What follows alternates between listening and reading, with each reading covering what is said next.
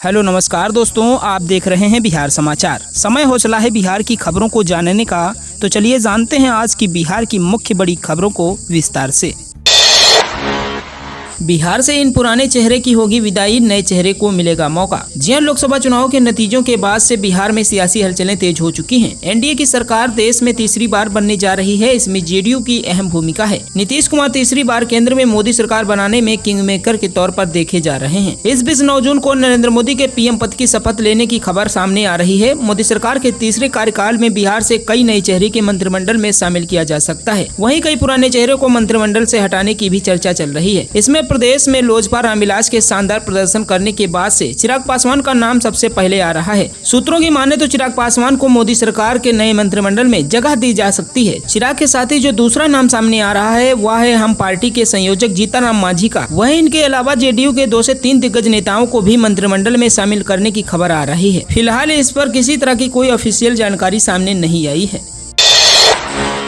सिद्धार्थ ने पलटा के पाठक का आदेश, शिक्षा विभाग में बदली गई स्कूल निरीक्षण की व्यवस्था। जिन शिक्षा विभाग के अपर मुख्य सचिव के पाठक के फैसले को एस सिद्धार्थ एक एक करके बदलने लगे हैं। शिक्षा विभाग ने स्कूल टाइमिंग में संशोधन के बाद अब स्कूलों के निरीक्षण को लेकर एक नया आदेश जारी किया है। के पाठक ने जहां बिहार के सारे सरकारी स्कूलों के नियमित तौर पर निरीक्षण और कार्रवाई की व्यवस्था की थी, वहीं एस सिद्धार्थ ने उसे पूरी तरह बदल दिया है। अब सप्ताह में 3 दिन ही निरीक्षण होगा और वो भी एक ही आदमी के जिम्मे होगा। एस सिद्धार्थ की इस कार्रवाई से जहाँ शिक्षकों में खुशी है, वहीं सुचारू हुई स्कूल की व्यवस्था के फिर से बेपटरी होने की आशंका भी बढ़ गई है। के पाठक सारे स्कूल का हर रोज निरीक्षण करा रहे थे, जिसके कारण स्कूलों में शिक्षक समय पर आने लगे थे और छात्रों की उपस्थिति भी बढ़ गई थी। के पाठक ने स्कूल नहीं आने वाले छात्रों का नाम काटने का आदेश दे रखा था। हारा या हराया गया, यूपी के बाद बिहार में एनडीए में खटपट, अपनी हार पर कुशवाहा ने उठाए सवाल। जी हां दोस्तों, आपको बता दें उत्तर प्रदेश के बाद बिहार एनडीए में भी तनातनी की खबरें सामने आ रही हैं। राष्ट्रीय लोक मोर्चा के सुप्रीमो उपेंद्र कुशवाहा ने अपनी हार पर नाराजगी जताई है।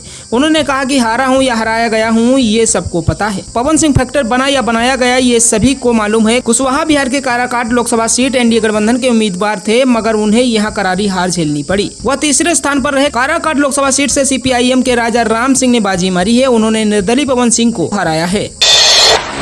बिहार में 2030 तक हो सकता है गंभीर जल संकट, जमीन के अंदर तेजी से घट रहा पीने का पानी। जी बिहार के अधिकतर हिस्से खासकर राज्य के दक्षिणी जिलों को 2030 तक गंभीर जल संकट का सामना करना पड़ सकता है। पटना सहित प्रदेश में कई जगहों पर भूजल स्तर में गिरावट देखी जा रही है। भूजल में कमी आने के कारण पीने योग्य पानी की कमी हो रही है। बिहार को कभी जल संसाधनों से भरपूर माना जाता था, लेकिन उत्तर बिहार के दरभंगा जैसे जिलों में भी भूजल स्तर में कमी देखी जा रही है। ये जानकारी बुधवार को विश्व पर्यावरण दिवस पर सस्टेनेबल पाथवेज सेंटर द्वारा आयोजित ऑनलाइन सेमिनार में विशेषज्ञों ने दी है।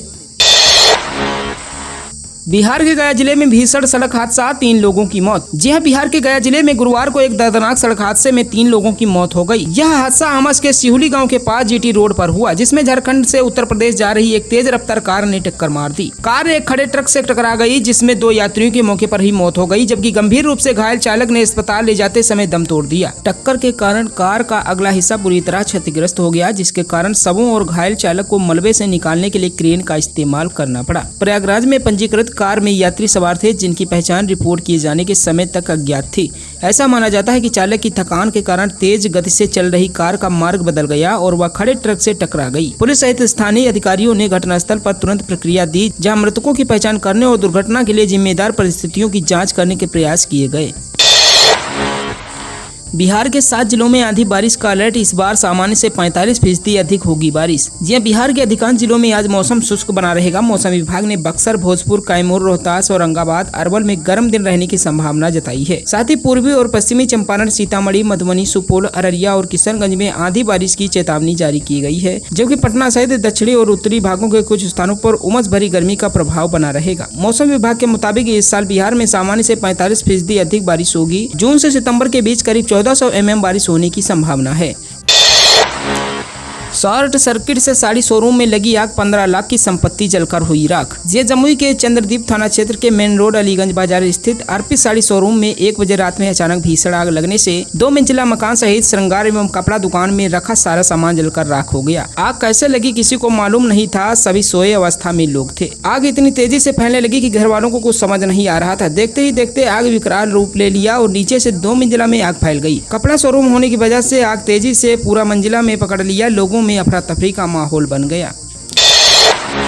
नीतीश कुमार के नेतृत्व में ही लड़ेंगे विधानसभा चुनाव, बिहार बीजेपी अध्यक्ष सम्राट चौधरी का बड़ा बयान। जी हां, बिहार बीजेपी के प्रदेश अध्यक्ष सम्राट चौधरी ने गुरुवार 6 जून को पत्रकारों से बातचीत में 2025 के विधानसभा चुनाव को लेकर बड़ा बयान दिया है। सम्राट चौधरी ने कहा कि 2025 में मुख्यमंत्री नीतीश कुमार के नेतृत्व में चुनाव लड़ा जाएगा, इसमें दिक्कत कहाँ है। बिहार चुनाव प्रबंधन समिति के साथ बैठक के बाद सम्राट चौधरी कहा कि बिहार की जनता ने हमें 75% नंबर दिया है। जो लोग दावे कर रहे थे कि पहले 6 फेज के चुनाव में 28 सीट जीत रहे, उनको जनता ने जवाब दिया है। हमने बेहतर प्रदर्शन किया है, जहां चूक हुई वो चिंता का विषय है। दरअसल गुरुवार को भारतीय जनता पार्टी के प्रदेश कार्यालय में चुनाव परिणाम पर महत्वपूर्ण बैठक बुलाई गई थी।